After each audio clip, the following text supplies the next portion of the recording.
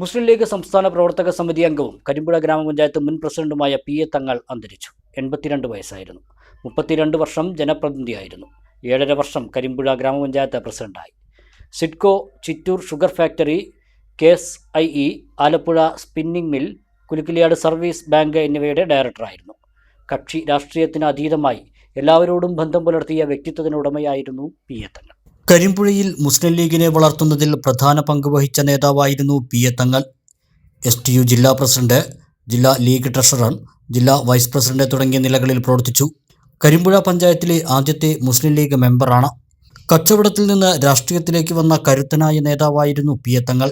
ഹൈദ്രുസി സയ്യിദ് കുടുംബ പാരമ്പര്യമുള്ള കുഞ്ഞിക്കോയ തങ്ങളുടെയും ഇമ്പിച്ചി ബീവിയുടെയും മകനായി പട്ടാമ്പിയിലായിരുന്നു പള്ളിത്താഴത്ത് ആറ്റക്കോയ തങ്ങളെന്ന പി.എ. തങ്ങളുടെ ജനനം.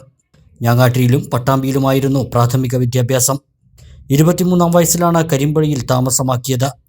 1979-ലാണ് കരിമ്പുഴ പഞ്ചായത്തിലേക്ക് ആദ്യമായി മത്സരിച്ചത്. വിജയവും നേടി. തുടർന്ന് 7 തവണ മത്സരിച്ചു. ഒരു വട്ടം തോറ്റു.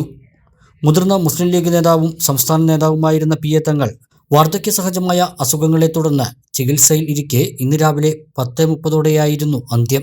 കരിമ്പുഴയിലെ മലഞ്ചിറയിലാണ് വീട്.